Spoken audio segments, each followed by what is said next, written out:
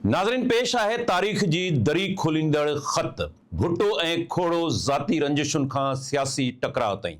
सिंध जी सियासी तारीख़ में के लम्हा अहिड़ा आहिनि जेके रुगो वाक़िया न आहिनि, पर ताक़त, नफ़्सियात ऐं समाजी ढांचे जे गहरी अकासी कनि था। शहीद ज़ुल्फ़िकार अली भुट्टो ऐं ख़ान बहादुर मोहम्मद अयूब खोड़ो विच में 1971 में थियल ख़तनि जी ॾे वठि बि अहिड़ो ई हिकु नादिर दस्तावेज़ आहे जेको ज़ाती रंजिशुनि खे सियासी फ़लसफ़े सां ॻंढे पेश करे थो। डॉक्टर हमीदा खोड़ो जे किताब Mohammad Ayub Khuhro a life of courage in politics में महफूज़ आहे, जेको ॿिन्ही अॻवाननि जे विच में तलख़ लाॻापन खे बेनक़ाब करे थो। 1971 पाकिस्तान जी तारीख़ जो फ़ैसिलाइतो साल हो। ओभर पाकिस्तान में बहरान, इक़्तिदार जी छिकताण ऐं सियासी बेचैनी पंहिंजे उरूज ते हुई। ज़ुल्फ़िकार अली भुट्टो नई सियासी लहर सोशलिज़म, अवामी सियासत जो नुमाइंदो थी साम्हूं आयो हो। हीउ ख़त दरअसल ॿिनि नसलुनि, ॿिनि सोचुनि ऐं ॿिनि सियासी फ़लसफ़नि जो टकराव आहे। भुट्टो पंहिंजे ख़त में खोड़ो ते सख़्त तनक़ीद कंदे केतिरा ई इल्ज़ाम लॻाए थो। ज़ुल्फ़िकार अली भुट्टो ख़ान बहादुर मोहम्मद अयूब खोड़े ॾांहुं उमाणियल ख़त में लिखे थो,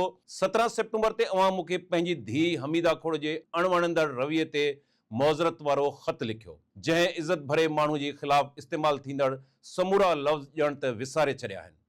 बहरहाल गुज़िरियल 60 सालनि खां बि वधीक अरसे खां मुंहिंजी ऐं मुंहिंजे कुटुंब सां अव्हां जे वर्ताव जो तसलसुल 2 ॾींहं अॻु सदर याहिया ख़ान खे अव्हां जी शहरी तौरु लिखियल उन ख़त मां बि ज़ाहिर थिए थो, जंहिं में अव्हां 11 सेप्टेम्बर ते क़ाइदे आज़म जी मज़ार आॾो अवाम जे हक़नि जी बहाली लाइ कयल मुंहिंजी तक़रीर सबबि मूंखे गिरफ़्तार करण जी घुर कई आहे। उमेद अथमि त इहो चवण ते मूंखे माफ़ कंदा त इहो कायरता ऐं मुनाफ़क़त जो आला मिसाल आहे, पर मूंखे का हैरत न लॻी। असांखे इहा तोरियल तकियल ख़बर आहे त तव्हां पंहिंजी ज़ाती ज़िंदगी ऐं सियासी ज़िंदगी में कहिड़ी रीत वर्ताव पे रखियो आहे।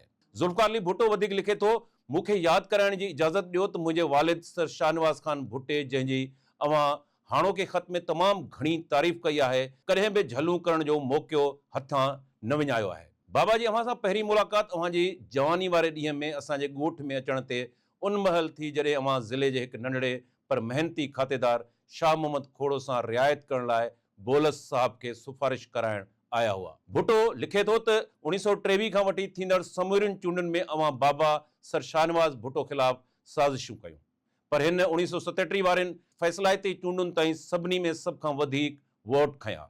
तव्हांजी दुश्मनाणे वर्ताव जे बावजूदि बाबा सदाईं अव्हां जो घणघरो रहियो। अव्हां खे सिंध मोहम्मदन एसोसिएशन जो नाइब सदर कयाईं, जंहिंजो पाण सदर हो। 1928 वारनि विगोड़नि दौरान जेकॾहिं बाबा वाहुर न करे हा त वॾे ॾचे में अची वञी हा। मुंहिंजे चाचे सरदार वाहिद वज ख़ान भुट्टे खे बदनाम ज़माना ख़ानज़ादी क़तल केस में फासायो वियो। तव्हां खेसि सज़ा ॾियण लाइ ज़मीन आसमान हिकु करे छॾियो।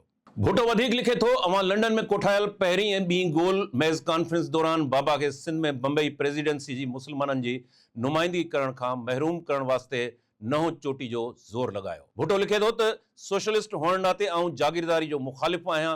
उन हूंदे ओॾी महल दंग रहिजो वञा जॾहिं अव्हां पंहिंजे अज़ीमुल शान जागीरदाराणे माज़ी जूं वॾियूं दावाऊं था करियो। केॾो न चिटो पिटो कूड़ आहे। आउं माज़ी खे फलोड़ण नथो चाहियां, मतां अवीं लॼी न थियो। 1937 वारनि चूंडुनि खां अॻे बाबा ऐं अव्हां हिक ॿिए जी मुखालफ़त न करण जो फ़ैसिलो कयो हो, पर अव्हां इन हमख़्याली जी सिधी सही भञकड़ी कई। अव्हां जे इन वाइदे ख़िलाफ़ी जे बावजूदि बाबा पंहिंजे कोल ते क़ाइमु रहियो ऐं अव्हां जे साम्हूं पंहिंजो उमीदवार न बीहारियईं।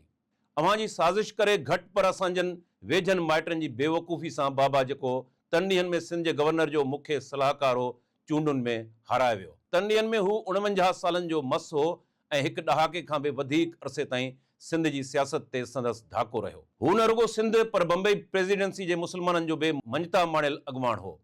इन सभ जे बावजूदि हिन निस्बतन नंढी जुमार में ई सियासत तां रज़ाकाराणी दस्तबरदारी जो फ़ैसिलो कयो। भुट्टो लिखे थो, बाबा जी सियासत तां हथ खणण खां पोइ बि हू अव्हां जी लाॻीतो मदद कंदो रहियो। जॾहिं अवीं अलाबख्श सूमरो क़तल केस में मुलविस हुआ, तॾहिं बाबा अव्हां जी वाहुर कई। भुट्टो दावा करे थो त संदसि वालिद अव्हां खे केतिरनि बहराननि खां बचायो, ख़ासि तौरु अलाबख्श सूमरो क़तल केस में मदद कई। हू लिखे थो त बेगम खोड़ो सखर जे सर्किट हाउस में साणसि मुलाक़ात करे अव्हां जी जान बख़्शी लाइ ॿाॾायो हो। हिन इहो इन लाइ कयो हो जो अव्हां खे नंढपण खां सुञाताई थी ऐं हिन ई अव्हां ते शोहरत जा दर खोलिया। इहो यादि रखो, हिन इहो कुझु अलाबख्श सूमरो सां संगत बावजूदि कयो। अव्हां जे हक़ में संदसि शाहिदी खां पोइ अलाबख्श सूमरो जे भाउ मौलाबख्श खे बाबा जहिड़े हमराह मां क़ातिल खे बचाइण जी तवक़ा न हुई। भुट्टो खोड़ ते इल्ज़ाम लगाए थो त हिन सदर याहिया ख़ान खे ख़त लिखी संदसि गिरफ़्तारी जी घुर कई, जेको भुट्टो जी नज़र में सियासी बुज़दिली हुई। भुट्टो ख़ान बहादुर अयूब खोड़ो ॾांहुं उमाणियल ख़त में पंहिंजे वालिद सर शाहनवाज़ भुट्टो सां खोड़ो जी पुराणियुनि मुख़ालफ़तुनि जो तफ़सीली ज़िक्र करे थो। ख़ान बहादुर मोहम्मद अयूब खोड़ो जो जवाब, दिफ़ा ऐं जवाबी वार। 4 अक्टूबर 1971 ते खोड़ो तफ़सीली जवाब ॾिए थो, जेको सियासी ऐं ज़ाती ॿिन्ही सतहनि ते भुट्टो खे चैलेंज करे थो। 4 अक्टूबर 1971 ते ख़ान बहादुर अयूब खोड़ो ज़ुल्फ़ार भुट्टो ॾांहुं 10 सफ़नि ते मुश्तमिल पंहिंजो जवाबी ख़त उमाणे थो। अयूब खोड़ो लिखे थो त 21 सेप्टेम्बर 1971 ते लिखियल अव्हांजो ॾाढाइनि ऐं ग़ैर मुनासिब अंदाज़ ऐं मुकमल तौर ते ग़लति ऐं बेबुनियाद मालूमात ते ॿधल ख़त मिलियो। अव्हांजे एतिरो मुश्तिल थियण जो असल सबबु जंहिंखां पोइ अव्हां अख़लाक ऐं अदब जा समूरा बंद टोड़े छॾिया आहिनि, इहो आहे त सदर याहिया ख़ान अव्हांखे मुंहिंजो लिखियल ज़ाती ख़त ॾेखारियो आहे। खोड़ो लिखे थो त मूं सदर खे पंहिंजे ख़त में का नई ॻाल्हि न कई आहे। 7 तारीख़ ते हैदराबाद ऐं 11 सेप्टेम्बर ते कायद अज़म जी मज़ार ते कयल अवां जूं तक़रीरूं इंतिहाई इश्तियाल ॾियारींदड़ हुयूं, जिन में शहरी इलाक़नि जी सनअती पोरितनि, ॻोठाणे इलाक़नि जे हारियुनि सां गॾोगॾु शागिर्दनि ऐं नीम पढ़ियल ॻढ़ियल बेरोज़गार नौजवाननि खे तशदुद ते भड़कायो अथव। अयूब खोड़ो लिखे थो त असीं मुल्क जा कानून पसंद ऐं अमुन पसंद शहरी बर्दाश्त नथा करे सघूं त ओलह पाकिस्तान में साॻी पीड़ा मां लंघे, जंहिंजो शिकार ओभर पाकिस्तान रहियो आहे। हू वधीक लिखे थो त आऊं पंहिंजी ज़िंदगी में हिकु भेरो बि अव्हांजे वालिद सर शाहनवाज़ भुट्टो सां मिलण अव्हांजे ॻोठ न आयो आहियां। साणसि मुंहिंजी पहिरीं मुलाक़ात तॾहिं थी हुई जॾहिं आऊं लाड़काणे वारे मदरसे में पढ़ंदो हुउसि। अव्हांजो वालिद उनजी गवर्निंग बॉडी में हो। 1917 में आऊं अंग्रेज़ी 5 क्लास जो शागिर्द हुउसि, जो अव्हांजो बाबा असांजे क्लास जो ज़िबानी इम्तिहान वठण आयो हो, ऐं मूंखे बाद में पतो लॻो त हिन मूंखे मुंहिंजी क़ाबिलियत खां वधीक मार्कूं ॾिनियूं। इहा कंहिं हद ताईं जानिबदारी हुई। हिन मूंसां कुर्बाइतो ॻाल्हाईंदे बाबा जी सिहत जो पिणु पुछियो हो। अंग्रेज़ अमलदार बोलस जे हवाले सां हू लिखे थो त जनाब A.G. बोलस, जंहिंखे आऊं पंहिंजे मदरसे बोर्ड जे सदर तौरु सुञाणींदो हुउसि, इंतिहाई शफ़ीक़ बा इख़लाक़ शख़्स हो। उन करे बाबा ऐं संदसि विच में कंहिं तकरार या झेड़े जो सवाल ई पैदा नथो थिए, जंहिंजी अव्हांजे वालिद टियाकड़ी कई हुजे। हू लिखे थो त बाबा शाह मोहम्मद ख़ान कंहिं बि रीति नंढो खातेदार न हो, जेतोणीकि खेसि जवानी जे ॾींहं में सख़्त महिनत करणी थी पई, जेका मुंहिंजे ख़्याल में हर ज़िमीदार खे करणु घुरिजे। सॼे ज़िले ऐं सिंध जा माण्हू ॼाणनि था त हू ज़िले जे वॾनि ज़िमीदारनि मां हिकु हो। अयूब खोड़ो लिखे थो त अव्हांजो बाबा सर शाहनवाज़ भुट्टो अव्हां वांगुरु इंतकाम पसंद या कोता अंदेश न हो। अप्रैल 1924 में बम्बई खां समुंड वसीले कराची पहुचण ते आऊं कुझु वक़्तु कराची में तरसियुसि ऐं उन अरसे दौरान साणसि हाजी डोसल जे क्लिफ्टन वारे बंगले ते, जिते हू तरसियल हो, अक्सर मिलण वेंदो हुउसि। जॾहिं साइमन कमीशन पंहिंजी रिपोर्ट में सिंध जी बम्बई खां अलहदगी जी मुखालफ़त कई त सैयद मीरा मोहम्मद शाह साणनि इख़्तिलाफ़ी नोट लिखी सिंध जी अलहदगी जो पुरजोश अंदाज़ में केस रखियो। सर शाहनवाज़ भुट्टो उन सां सहमत थियण खां नाबरी वारे ऐं सिंध खे बम्बई सां ॻंढे रखण वारी सरकारी साइमन कमीशन ते सही कयाई। इहो 1930 जी शुरूआत में पेश आयो। ख़ान बहादुर खोड़ो लिखे थो त सर शाहनवाज़ ऐं मुंहिंजे विच में ॾुफेड़ दरअसल सिंध जे अलहदगी वारे मामले ते पैदा थियो। अवां मई 1928 ईस्वी दौरान लाड़काणे में हिंदू मुस्लमान फसादनि जो बि ज़िक्र कयो आहे। ऐं मुस्लमाननि जे पासे हुउसि। अव्हांजो वालिद विच थोरो हो। इहो मुकमल तौर ते ग़लति आहे त हिन मूंखे विगोड़नि जे इल्ज़ाम हेठि जेल वञण खां बचायो। दरअसल आऊं विगोड़ ख़तमु थियण जे कुझु अरसे खां पोइ ई लाड़काणे पहुतो हुउसि ऐं मूंखे उन्हनि विगोड़नि में मुलविस करण जो सवाल ई न थी पैदा थियो।